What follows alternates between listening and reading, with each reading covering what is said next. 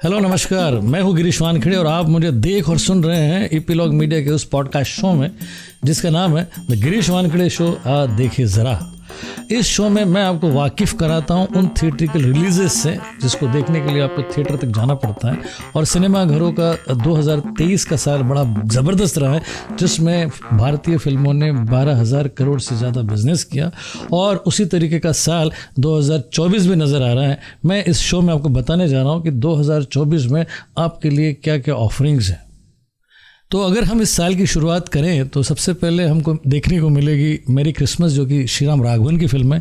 उन्होंने इससे पहले अंधाधुन की थी जो कि सुपर डुपर हिट थी।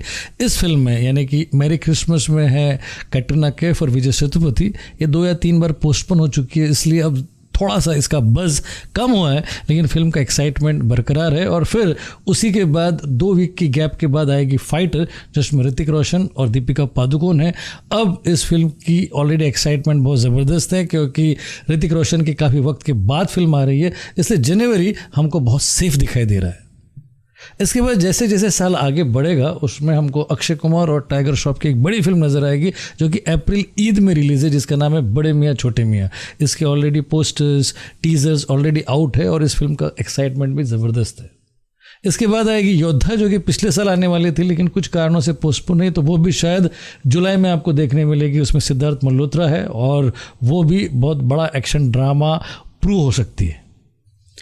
इसके बाद साल जैसे जैसे आगे बढ़ेगा उसमें हमको पता चलेगा कि जॉन अब्राहम की 2 बड़ी रिलीजेज है। उसमें एक है तेहरान और दूसरी है द डिप्लोमैट। डिप्लोमैट को डायरेक्ट किया है शिवम नायर ने और ये उनकी फिल्म है स्पेशल ऑप्स की सक्सेसफुल रन के बाद। फिर आएगी चंदू चैंपियन जिसमें कार्तिक आर्यन है। उसके अलावा स्त्री का सीक्वल आएगा स्त्री 2, जिसमें राजकुमार राव के साथ वही सक्सेसफुल टीम है जिन्होंने स्त्री 1 को सुपरहिट बनाया था।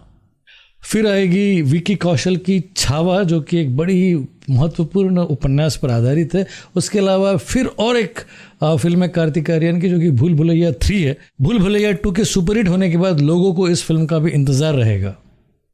इन सारी फिल्मों के अलावा जो खास फिल्में हैं इसमें सबसे बड़ी बात है कि अजय देवगन की 3 फिल्में इस साल में रिलीज़ होने वाली है। उसमें सबसे बड़ी फिल्म है जो इंडिपेंडेंस डे के वक्त रिलीज़ होगी, वो है सिंघम अगेन। रोहित शेट्टी की इस महत्वपूर्ण फ्रेंचाइजी में फिर अजय देवगन के अलावा अक्षय कुमार और रणवीर सिंह भी है। इसके अलावा अजय देवगन की और एक फिल्म है मैदान, जो पिछले साल रिलीज़ होने वाली थी लेकिन वो भी पोस्टपोन होते होते इस साल में रिलीज़ होगी। उसके अलावा जो तीसरी फिल्म है अजय देवगन की वो है नीरज पांडे के प्रोडक्शंस की, जिसका नाम है औरों में कहाँ दम था। तो कहने का मतलब ये कि इस साल अजय देवगन की 3 फिल्में होगी।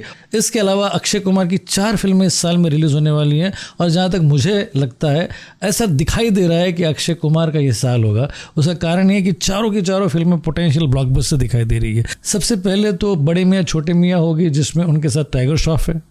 इसके अलावा स्काई फोर्स जिसमें उनके साथ फीमेल लीड में है निमृत कौर और सारा अली खान।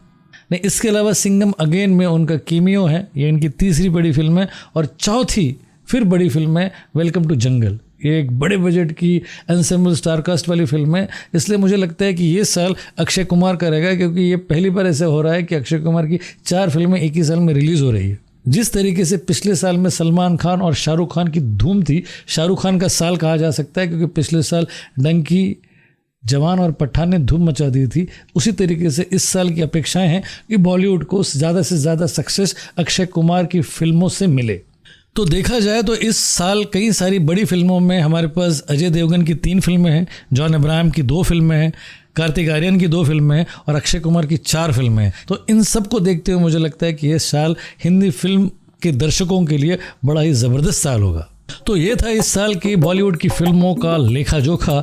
इसके अलावा मैं और एक एपिसोड कर रहा हूँ जिसमें आपको साउथ इंडियन फिल्में जो कि हिंदी में डब करके रिलीज़ होंगी उसके भी डिटेल्स आपसे शेयर करूँगा। साथ ही साथ और एक शो होगा मेरा जिसमें मैं हॉलीवुड की फिल्मों का जिक्र आपके साथ करूँगा।